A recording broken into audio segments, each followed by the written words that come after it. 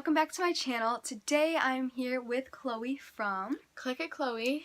And today we are doing a collab video basically on babysitting. So over on her channel we did 10 tips for babysitting toddlers, and here on my channel, which is the reason why I clicked on this video, is we are doing 10 tips for babysitting infants. And infants are basically from the ages of newborn to like 1.5 years old. So that's what when we say infants or babies, that's what we're referring to as the age group. So yeah, be sure to go check out her video. I will try to have a link in the description. Last time I tried doing a link, it didn't work, but I will try my best. So yeah, we're gonna go ahead and get started in today's video. So the first tip is to pay attention to the schedule that the parents tell you. Don't miss anything, don't throw it away and do whatever you want, because the parents know best. Do you have anything else to add to that? Yes. Being with an infant, especially with on the younger side, they have to get used to a schedule, not based on what you want, based on what the parents want, because the parents are going to be there most of the time, and if they, like let's say the father takes a nap at a certain time, the baby might take a nap at that time too. You want to keep them on the parents' schedule for the parents' benefit and the baby's benefit. I also want to add that we are old enough to babysit. We were actually just babysitting earlier, and we came up with this video idea. I'm 14, she's 13, and you know, we are actually old enough, so we're not just saying random things. That we learned these things from experience, and we just wanted to share them with you guys. Tip number 2 is to discuss feeding with parents. You want to make sure that, especially if, some babies take formula, some take normal milk, some take breast milk, some take solids. It really depends from baby to baby and parent to parent what they like. I know the baby that we were just babysitting, when she was younger, she even had cereal in a bottle. So it depends baby and parent. You want to make sure that you're doing stuff the correct way. You want to, because there's a certain way to heat up certain foods, and you want to make sure that you're doing things the correct way for the baby's benefit and frankly your own, because if the baby doesn't like it, it's going to cry, and that's not a fun situation for anyone. Another tip for feeding is basically that, you know, when you're feeding them, you have a bib on and you are supporting their head, and they're not going to choke, because they will choke if their head is tilted back all the way. So yeah, and also if they're giving them a bottle, make sure the bottle is put up all the way, like tilted up. You don't want to give them air. You don't want to give them air. Make sure it's like tilted up like this. Don't tilt it like this when you're feeding them, because you're basically feeding them air, and it's not good to do that. It's very unhealthy for the baby. So yeah. Tip number 3 is basically kind of like what I just said. When you're picking up the baby or holding it, make sure you're always supporting their head. Especially, this is more towards like the newborn / like 1 to like 4 months. They don't know how to support their head. They're still very, they don't know how to sit up. They're very, very fragile, and it's very bad for the baby if their head is tilted back too far. And it's just not good for them, like I said. It's not very comfortable either to sit there like this all day. So. But if it's like older, and it can support its own head and can sit up by itself, then you don't need to do that. You don't need to worry about this tip. But this is for if you're babysitting younger babies. Tip number 4 is to take medical classes before you babysit.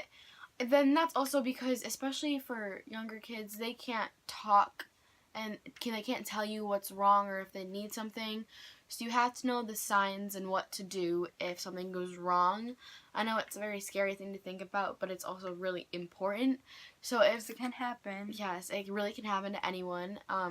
If the baby isn't breathing, you have to know what to do. Or if the baby is turning red or something, or if they have spots on them or anything, you have to know what to do.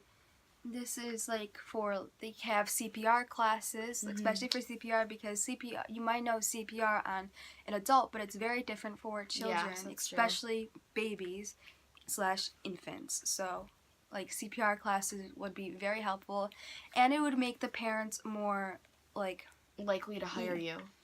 Well, yeah, but like it'll make them their mind at ease. Yeah, their mind would be at ease, because they'll know that they're safe with you, because you know what to do in case of of an emergency. Mm-hmm. Like, anyone can dial 911, but what if the ambulance doesn't get there in time? Tip number 5 is to always have the TV on in the background. It doesn't matter if they're watching it or not, but it's always great background noise, and babies can sometimes get bored, so if they're just sitting there and you're like feeding them a bottle, have the TV on, make sure they can see the TV because they like the sounds, they like the colors, because I don't know why babies do. The more colors they see, the better it's going to be for them, because they need to, see some colors to get their eyes used to it and everything. And yeah, when we say TV, like kids shows, like Nickelodeon, Nick Jr., Disney. Yeah, not like Nickelodeon with Sam and Cat, like iCarly, but like Nickelodeon, like Paw Patrol, Chuggington, that kind of Nickelodeon. So Nick Jr. And Disney Jr., like Sophia the First, shows like that. Yeah, and babies don't do too well with silence, so it's always good to have something on in the background just so they can put their attention on that if they don't have anything else to do with them. They'll think it's time for nap time when it really isn't, because they're used when it's nap time. Silence, and if they're on a schedule, like you said, you got to follow the schedule that they're on, because it's very important.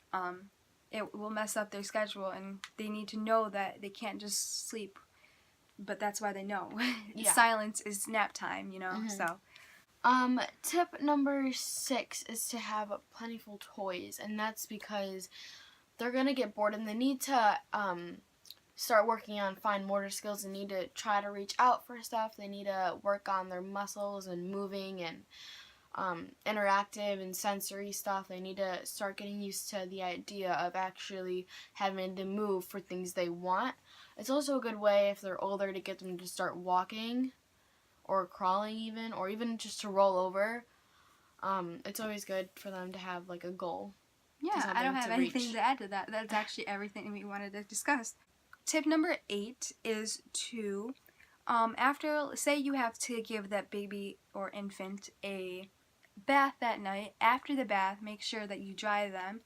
And also, you're going to want to lotion them up with sensitive, like baby lotion, like Johnson's works very well, and baby powder, because they have very sensitive skin. And obviously, if the parents say don't use this brand of baby powder, or don't use baby powder, or don't use lotion, but use the other thing, obviously listen to what the parents say, because they obviously know best and they know their child. So, because you don't want them to have a reaction, like an allergic reaction to something. Yeah. So. And also, another thing is to, like, when you're cleaning them off, make sure you're cleaning them really well, because the baby that we were just babysitting earlier, she had an infection, and then that turned into MRSA, and bad things can happen if you don't clean them up properly. It wasn't because I did, it was because just over time the parents didn't really wash her very often, and she just developed an infection, then MRSA, and that's very, very dangerous, and kids can even die from that. So just make sure you're cleaning up properly and you're using the right products. Okay. Tip number 8 is to talk to the baby a lot.